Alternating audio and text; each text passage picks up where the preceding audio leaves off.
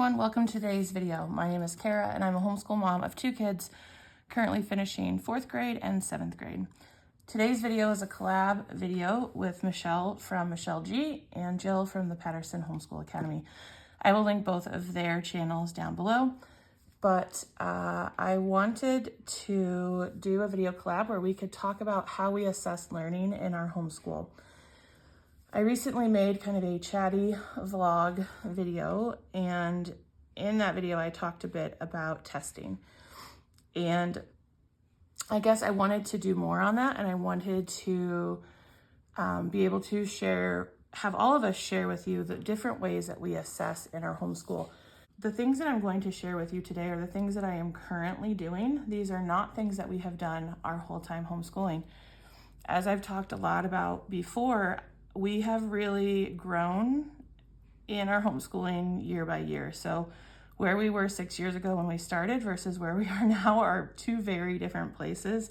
And the more I learn and the more that I seek out information and the more time I put into our homeschool and my kids and how they learn and, learning in general, the more changes I make and the stronger our homeschool becomes. So I want to start off by talking about what I mean by assessing learning in homeschool.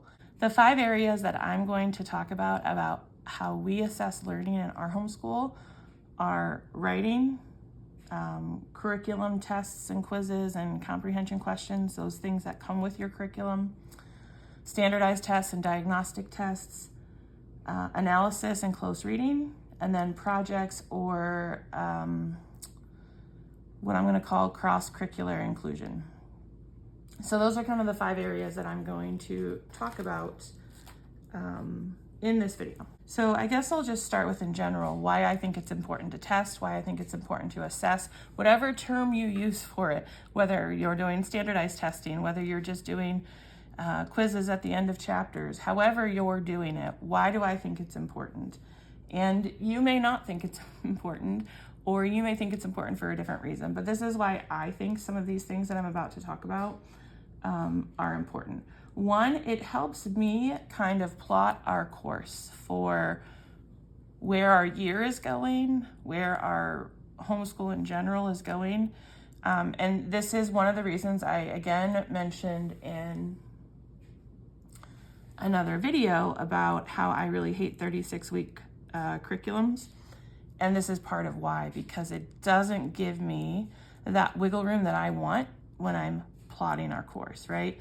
When I want to say work in a week of review or a week just to sit with what we learned before we move on to the next week. But anyway, testing, assessments, those help me do that. They also help me identify gaps in our learning or things that maybe were somehow missed in our learning. It allows me to teach study skills, right? Like if you're not working towards taking some kind of a test or showing kind of what you've learned, it's really hard to teach study skills, and it's hard to get buy-in from your kids on learning study skills when they don't have something to attach it to. Same goes for note-taking. I think that is such an important skill along with the teaching study skills. Those are both so important. And I'm not saying you have to start these in 1st grade, but I am starting them, will be starting them with my 5th grader next year. I'm working on them with my 7th grader this year. Those are important skills down the road in their life if they go to college, even in other areas for particular jobs and things like that. Teaching our kids how to study something that they've been learning about, how to prepare for a test, how to take notes on what they're studying to help them then prepare for a test. Those are all really important skills, and testing in a more formal way in your homeschool allows you to work on those. Also, preparing to show what you've learned often helps solidify the information for the student. So I feel like when I was in school, when I was younger, all of the prep that I would put into trying to prepare for the test oftentimes was really what helped me solidify all of that information in my head. So I think that that's important. Also, when I do different types of assessments, they help the teacher figure out where I need to do some reteaching, where I might need to scaffold some teaching, all of that. I'm gonna start with the standardized tests and diagnostic tests and talk about those a little bit. Okay, so let's start with diagnostic and standardized tests. So depending on your state, you may do standardized testing every year, or you may not. In my state, which is Ohio, every year when you would send in your notification of intent to homeschool, you would need to include some kind of assessment from the previous year. And that could look like hiring an assessor to look through a portfolio and write a statement for you to include that basically said your child is progressing at an appropriate level.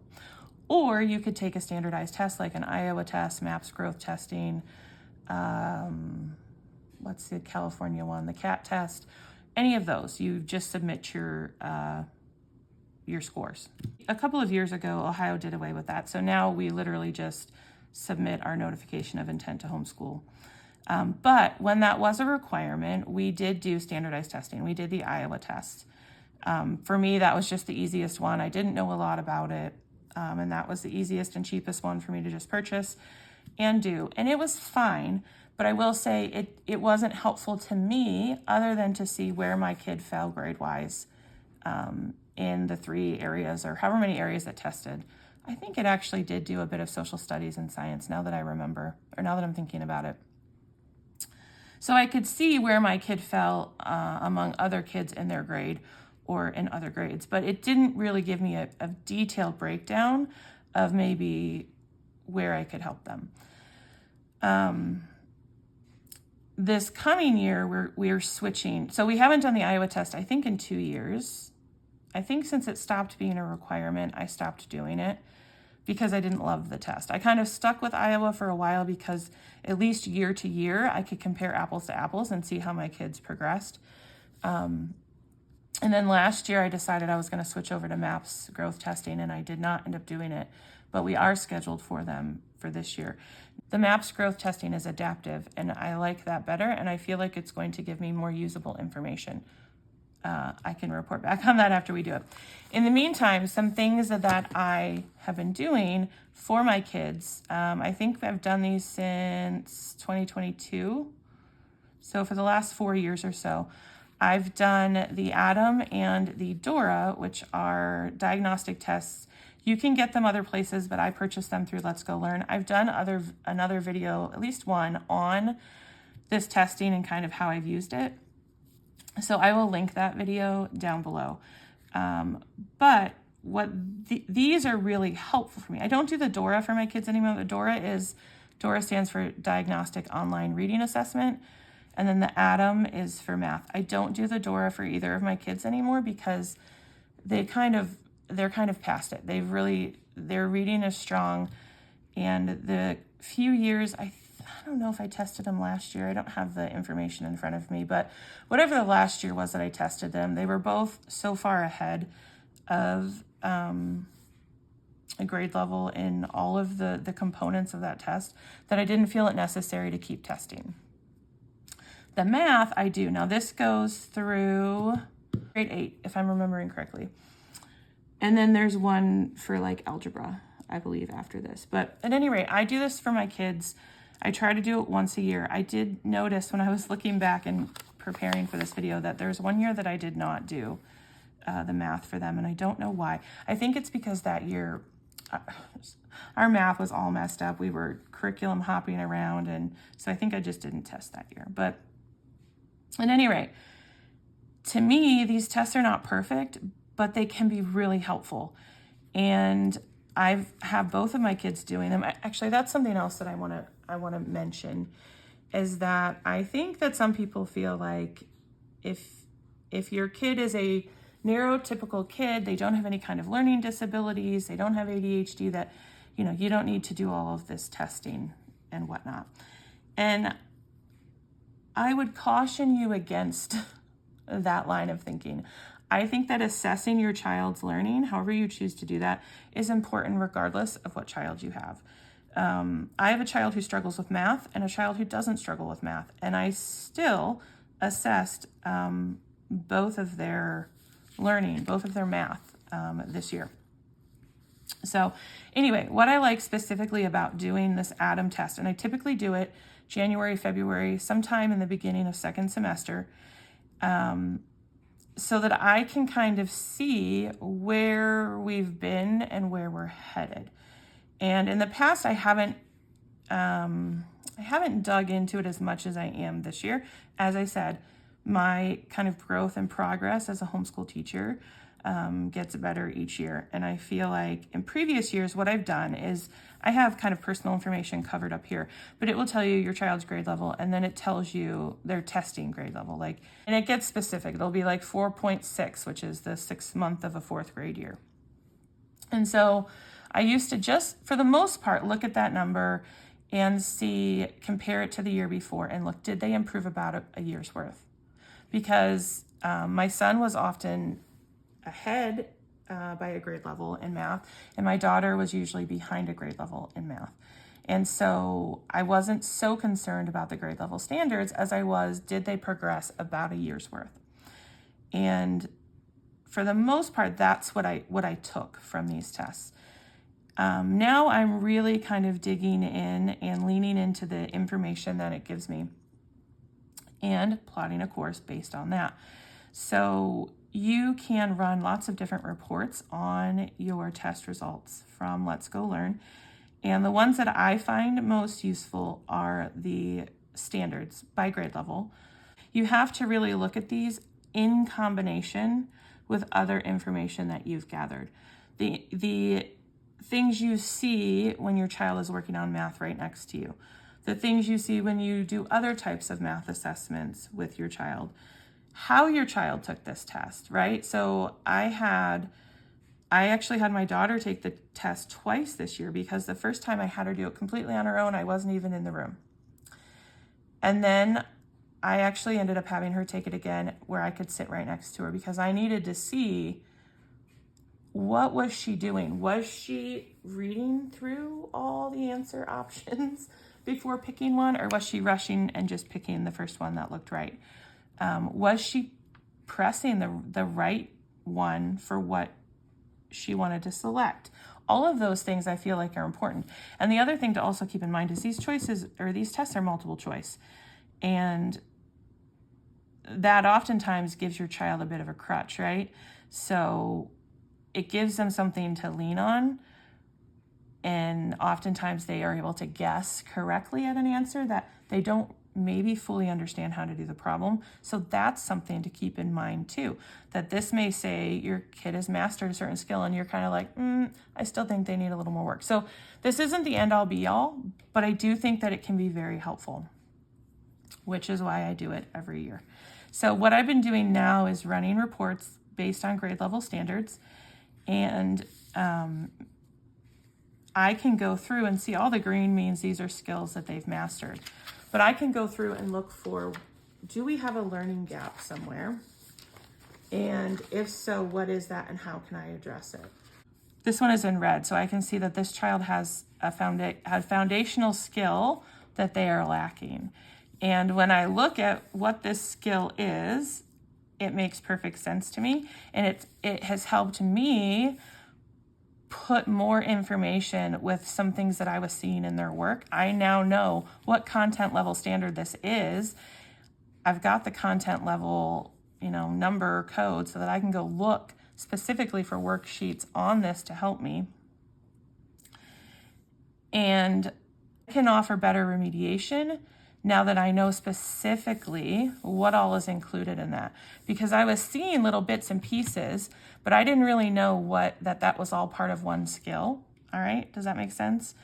So I'm able to kind of go through and look grade by grade how they did, what skills there may be gaps in. And as I said, some of them, I had a thought that maybe that was the case. Others make more sense after I see it. Maybe I didn't realize that there was a gap in that knowledge. But this just gives me more information to work with and helping to teach my child. And like I said, I have one kid who's really good at math. I have one kid who struggles with math. I found helpful information from both of their tests, okay? So that's kind of my take on these diagnostic tests and these standardized tests, and why I still think that they're important to do. Now, the MAPS growth testing, I'm expecting to give me some more information like these tests from Let's Go Learn. But in general, I do want to see where my kids fall as far as their peers in public schools. So I just think it's important information to have in your head. You don't have to take that and make every single decision in your homeschool based on that. But the more information we have in life in general for any decisions we have to make, the better. So that's that. That's one way we assess learning in our homeschool. So another way that we assess learning in our homeschool is with writing. And you may know, if you've watched a lot of my videos, that we do a lot of writing. We've used the Writing Revolution. We've done so many different things with writing, and there's a reason for that, because writing, in my opinion, really helps me assess what my kids got from something. If they learned really what they were reading, or, in their history or in their literature, in their science, it helps me gauge how well did they understand it. Can they take that information? Did they understand it on a bigger level? And can they take it and apply it to different situations, or make connections and comparisons with other information or current day events, or whatever the case may be? And so some of the ways that I do that to assess learning through writing, we've spent a lot of time with the race strategy this year, mostly for my 7th grader, but I've used it a bit with my 4th grader, to really help them show me what they are learning from what they're reading. And so in the race strategy, it uses these letters to help you remember that spell out race. R is for restate the question. A is for answer all parts of the questions. C is to cite the text. And E is to explain your citation. Why this bit of information from the text is answering the question that you were given. And so we use this a lot in history, and it's something I'm constantly reminding my kids of when they're answering questions, because that writing helps me assess how well they understood the material that they were working with. And then same for the Writing Revolution. We do other things with writing, but we're constantly pulling in from the Writing Revolution. A lot of times it's just we're using it to help us write stronger sentences. But I also use this a lot with my 4th grader. When he's read something, I will have him,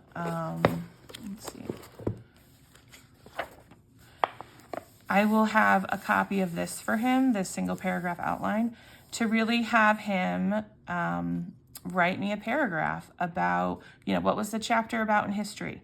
And not using his book to write it, but to really kind of use this to help him organize his thoughts about what that chapter was about. I can then get a good idea from his paragraph. I would have him start with this as his outline, and then take it from this to writing, a formal paragraph. But that really helps me see how well did he understand some of the bigger ideas potentially in like a chapter in history or something like that. So I feel like writing for us is really helpful. Same with like doing a narration. If my kids are reading a novel, and maybe we're not doing a novel study, but I still want to make sure that they're reading it and that, they're understanding what they're reading, I can have them, write me a summary, narrate to me. I don't usually have them do it verbally. I have them write it, what happened in that chapter. So we recently did a beekeeping unit for my 4th grader, and he read a novel called The Last Beekeeper with it. And so I did not get a separate novel study for him to do with it. And I was reading parts of it with him, but one of the things that I had him do was write some chapter summaries, like what happened in each, chapter. He would take some notes and he would write what happened in that chapter. That really showed me, did he understand what was happening in the chapter? Especially if they're, sometimes as the books get older, there will be times where your child has to infer or, things like that. This helps me understand, did he get it? Did he get the message? Did he get what they weren't saying? That kind of a thing. So as far as writing goes, those are some things that definitely help me assess learning in our homeschool. And one more I can kind of add to the writing is something that I've started to introduce for my 7th grader, and that is, so I've been creating some quizzes and different tests and things for her history. I'm still kind of figuring out exactly the best way to assess her learning of that. But I've mentioned in other videos how we've really been working on note-taking for her in history. And I've done other videos on it. We've been using Cornell Notes. And one of the things that this kind of ties into what I was saying about preparing our kids for study, teaching them how to study and preparing for tests and note-taking and all of that. So one of the things that I kind of have found helpful for her in doing Cornell Notes is after we take the notes on the right side, we go back in and we write questions, possible quiz or exam questions that, that section of the notes would help answer. And this helps then when we go to study, we kind of go through and can quiz ourselves on those questions. And where that has led to in the kind of assessments I've been doing for her, I have been creating some little quizzes, and I'm like I said, I'm still kind of figuring out the best way to do them. I have been using ChatGPT a little bit. I started to talk about this in my previous video, and then I cut all those clips out. So there were some things in that video that didn't make sense. It's why, because the clip I was referring to, I ended up cutting out. And the reason I cut it out is because I will say this. So you can decide what you think is right or not right, but you can use ChatGPT to create a quiz or a test or whatever for a chapter in your history if you give them the chapter in your history to pull from. And where that gets a little kind of dicey is copyright and how you interpret ChatGPT's rules on that. But we are using for personal use, and so that this is something we've been trying out. So, but it's still not perfect, and it's still not everything I want. So right now I'm working on meshing a ChatGPT quiz with the comprehension questions we get within Curiosity Chronicles. But I say that because you can then choose what types of questions you're asking. As far as, I don't do multiple choice, I don't do matching, I don't do anything like that. I don't even really do fill in the blank anymore. I pretty much do short answer questions and like an essay question or two. And like this particular one that I made, I felt like once it was together, it was too many questions, so I had her pick a certain number from each page to do. But in this, I had an essay question that she had to answer, and she's never really had to answer an essay question on a test. So this was good for many reasons. One, it helped me see if she really understood this kind of section of the chapter. But it also gave us a jumping off point for going back to writing. How can we use our writing skills to properly answer and more formally answer an essay question on a test? I feel like an essay question, or even a short answer, but really an essay question, really gives me a good idea how well they understood the material that they were working with. So this is something we are building on, and I kind of went through and evaluated her answer with her. Side note, you can ask ChatGPT to help you on that if that's an area you struggle with. I took a picture of her essay answer and asked ChatGPT to grade it for me and give me suggestions on areas for improvement you have to give it a lot of information, right? You've got to tell it the age of student you're working with, all of that. And a list of tips to give her, all of that. So we now have another jumping off point where I can assess some learning, and we can work. So we went through this together, and she's got some tips to work on for the next time she has an essay question to answer. So that gives me a place to go with assessing how well, she did it. And again, it's that scaffolding of the learning. We take it in steps, right? So that's one other way that I use writing to assess my kids' learning. All right, I talked about standardized tests. I talked about writing. Let's talk about curriculum tests, quizzes, questions, because what I just talked about with history kind of falls into that, with being able to teach study skills and note-taking. If you're trying to teach study skills, but they're not attached to a test, you don't have a way to even assess how well your study skill teaching was, right? So that's part of why we're doing that, in history. And so that's part of, I assess using our kind of more informal testing within our homeschool. And the other way is just using, let's see what I have here, tests within curriculum as well, or quizzes, or, whatever the case may be. So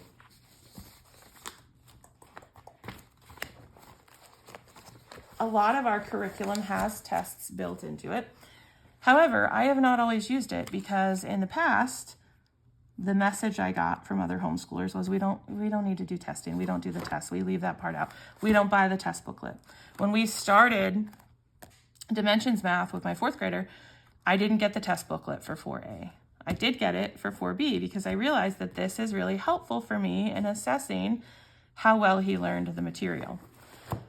So things like this is from my daughter's Latin curriculum, and it tests, I think, every 9, 10, 11, 12, like every 4 chapters there's a test. And then I don't know if there's a final test or not.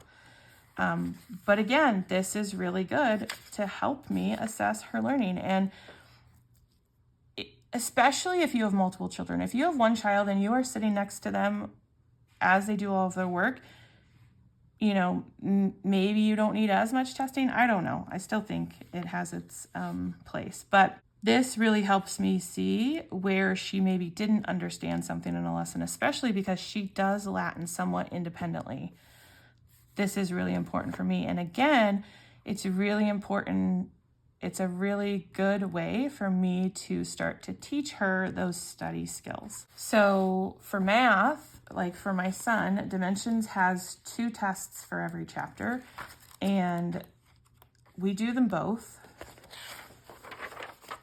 because even though they're on the same chapter material, Test A focuses on key concepts and fundamental problem-solving skills, where Test B focuses on the application of analytical skills, thinking skills, etc. And so we do both of them.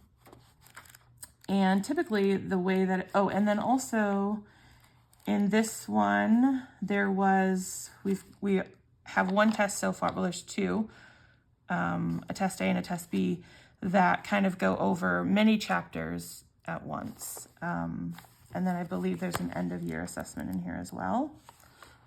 Yeah, both a Test A and a Test B. But the way that we use these tests is on Test A, he takes this test and it sounds horrible, but he's not really allowed to ask me many questions. I really need to see, can he do this on his own? When he's done with the test, though, I go through and I mark the ones that are wrong. And then what I typically do is I give it back to him and I say, look over the ones that are wrong, see if you know where you went wrong, and correct it.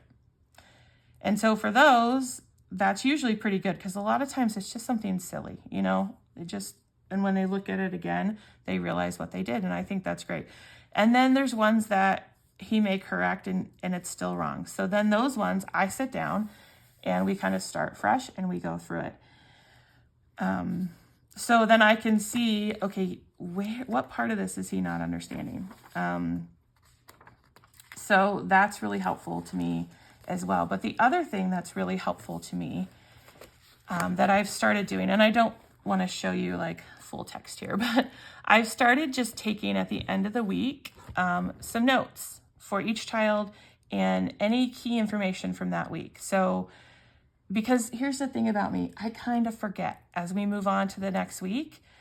I may forget like what were the struggles specifically in math, if there were more than one or whatever. I write myself just a little summary of how that week went for them, where I think we need to work on something in the following week, or something I want to remind myself to come back to in a future month or something like that.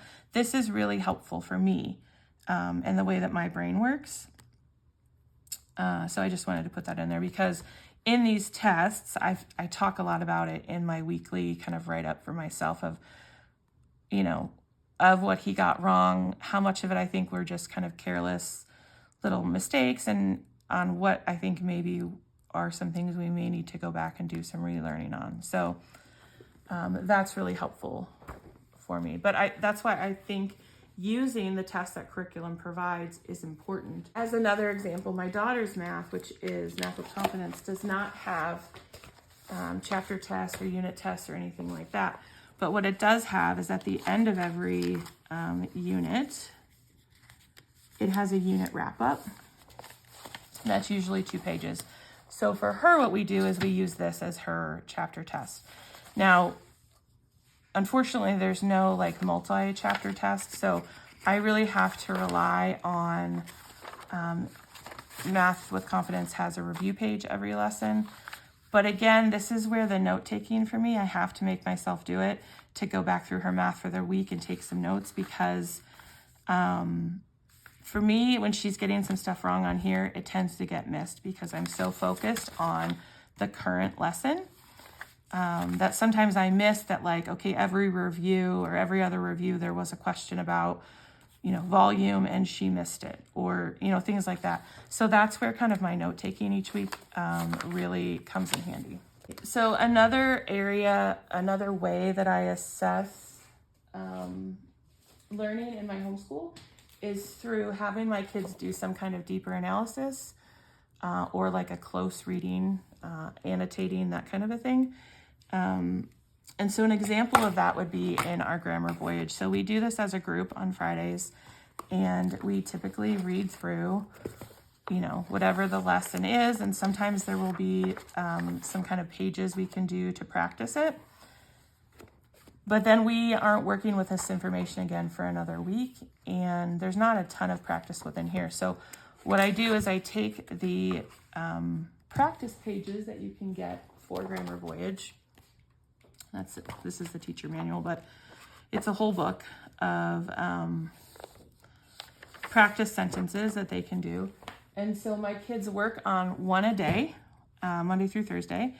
They analyze the sentence, and it gives me and we go through them then together as a group. They're both analyzing the same sentence. But this then just helps me revisit the lesson we did in here, and I can kind of see, are they understanding the action verb predicate versus the linking verb predicate, and which one would have a direct object and which one would have a subject complement? Are they confusing that, or do I really feel that they understand it? And I can get an idea of that by having them analyze these sentences with what we've learned each week. And the same goes for like doing a close reading of something, whether that's a short story in like Lightning Literature, or like around Christmas time, we did a close reading of a section of The Gift of the Magi and a section of A Christmas Carol. And what that really helped me see is in the past, when I've done teaching of things like reading comprehension skills, making inferences, author's purpose, plot, all of these things, that really helps me see, are they understanding this? So much of these reading comprehension skills, I feel like we just expect our kids to naturally know, and we aren't giving them direct instruction on. So, side note, that's important. But doing this deeper analysis of what we're reading every now and then helps me see, are they understanding some of these things? Okay, And then the last one is kind of projects, or what I would call cross-curriculum inclusion. And so a project might look like, in our beekeeping unit, let's use that as an example. In this curriculum, this unit study, which we got from Harbor and Sprout, there are, at the end of every chapter, there are some notebooking ideas and some activity ideas. And the activity ideas are little projects for us. And to me, these really help me assess whether my son understood the chapter that he was reading. And so we did one of those at the end of every module that he read. There was one of these that I highlighted that I wanted him to do. So I can get a better idea, did he really understand, what we were talking about? So in the form of notebooking, you can do some little projects or things like that. I can't find the one that I was going to show. But you get the idea, right? So it lets me see, did they really understand it? And it's more in the form of a project. Depending on how you design the project, is going to depend on how much of an assessment it really is of what they were learning. It's why we tend not to do so much of the notebooking prompts, because to me, they're not really assessing his learning as much. They're fun, but it's more like fluff or like creative, writing or that kind of thing. So, and when I say cross-curricular inclusion, what I mean by that is, so as an example, he read The Last Beekeeper as a novel in here. And from there, we worked into his writing, and his writing. We're using Hearth and Story right now, plus some other things. I had him write a kind of a reader's response to the book that he read in here. And so he was able to go back to his narrations that he wrote for each chapter in here and work through writing a reader's response, kind of his review of the book, and why he thought it was a good book or why he thought someone else should read it. That helped me assess how much he understood what he was reading. It also really helped me assess how well he understood some writing. So by kind of pulling those things together, like he understood how to put together a couple of paragraphs that were coherent. And so I was able to kind of assess his writing skills throughout this process, as well as, what he got from reading his novel. So, all right, hopefully that was not too much all over the place, but those are kind of some of the ways that I assess learning in our homeschool. I'm always looking for ways to grow and help my kids grow. I was explaining to one of my kids recently why it's so important, and I talk about this in that other video, to make sure we have a solid foundation, to make sure we're really taking in we're really comprehending what we're learning. We're really understanding it, because each year it's going to build on itself. And I described it as like a foundation. And if, we didn't really retain the things we learned one year, we just kind of got through it. We answered the questions, we checked the box, we got through it. We might not really be retaining a lot of that information. And so next year, when we go to build on top of it, we're going to have to do so much more work, because that foundation is not going to hold what we're ready to put on top of it. And to make sure that my kids have that strong foundation at the end of each year, or throughout the year, really, as we're building it, I need to include assessment of some sort, and it has to be an effective assessment. I can't just say, write what you liked about the book and draw a picture, right? Because really, to me, that's not an effective assessment. That's going to show me the things that I need to make sure that they have understood or the skills that they've built. So I think it's important when you're assessing to be using assessments that are helpful and that actually give you answers that you need to make sure that, you know, there's understanding there, or that the foundation is being built the way that you need it to be built. But having my kids start to understand that like we're doing this all for a reason, right? Like, we're not just doing school every day because I want to torture you or because it's the law or whatever else. We're doing this for a reason, and really taking some time to explain that end goal to them. And I've told them that my job is to make sure, well, among many other things, but is to make sure that by the time they're done with high school, that if they choose to go to college, they are ready. I have prepared them that they can get into a college and that they are ready to take on college level work. They are prepared for college. And